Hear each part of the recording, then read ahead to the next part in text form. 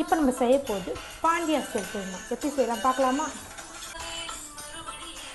அதுக்கு ஃபஸ்ட்டு தேங்காய், முந்திரி, பாதாம், அது கூட கெசகெசாவும் சோம்பும் நம்ம ஊற வச்சுருக்கோம். இந்த மூணுத்தையுமே பேஸ்ட் பண்ணி எடுத்துக்கலாம்.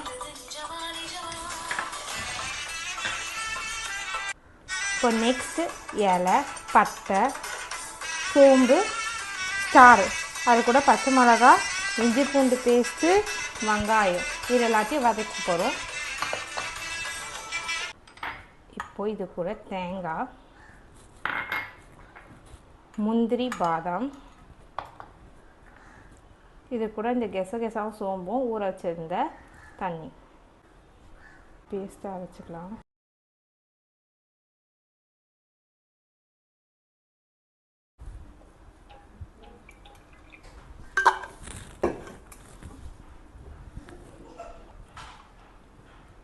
இப்போ இது கூட எண்ணெய் ஊற்றிட்டு இது கூட ஆனியன் போட்டுக்கலாம்.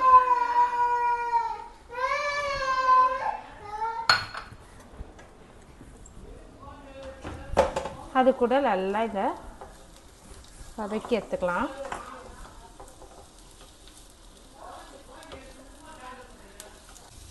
இப்போ நம்ம பச்சை மிளகாய் போட்டுக்கலாம்.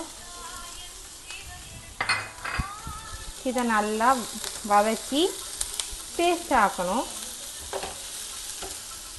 இப்போ பார்த்தீங்கன்னா இந்த மாதிரி ஸ்டேஜில் நம்ம ஆஃப் பண்ணி அரைச்சிக்கலாம்.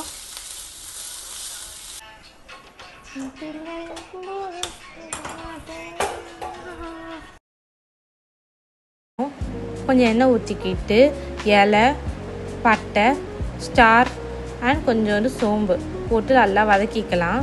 நல்லா புரிஞ்சு வரும்போது வெங்காயமும் பச்சை மிளகாவும் அரைச்சி வச்சுருக்கோம்ல, அந்த பேஸ்ட்டை போட்டுக்கலாம். அதையும் நல்லா மிக்ஸ் பண்ணிக்கலாம். இது கூட கொஞ்சம் இஞ்சி பூண்டு பேஸ்ட்டு, அது கூட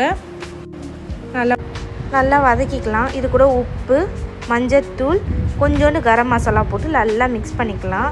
இதுக்கு தேவையான கொஞ்சம் எண்ணெய் ஊற்றிருக்கேன். அப்புறமா கறியை போட்டு நல்லா மிக்ஸ் பண்ணி இதுக்கு தேவையான தண்ணியை ஊற்றி இதை ஒரு 6 விசில் நான் போட்டு எடுத்துக்க போகிறேன்.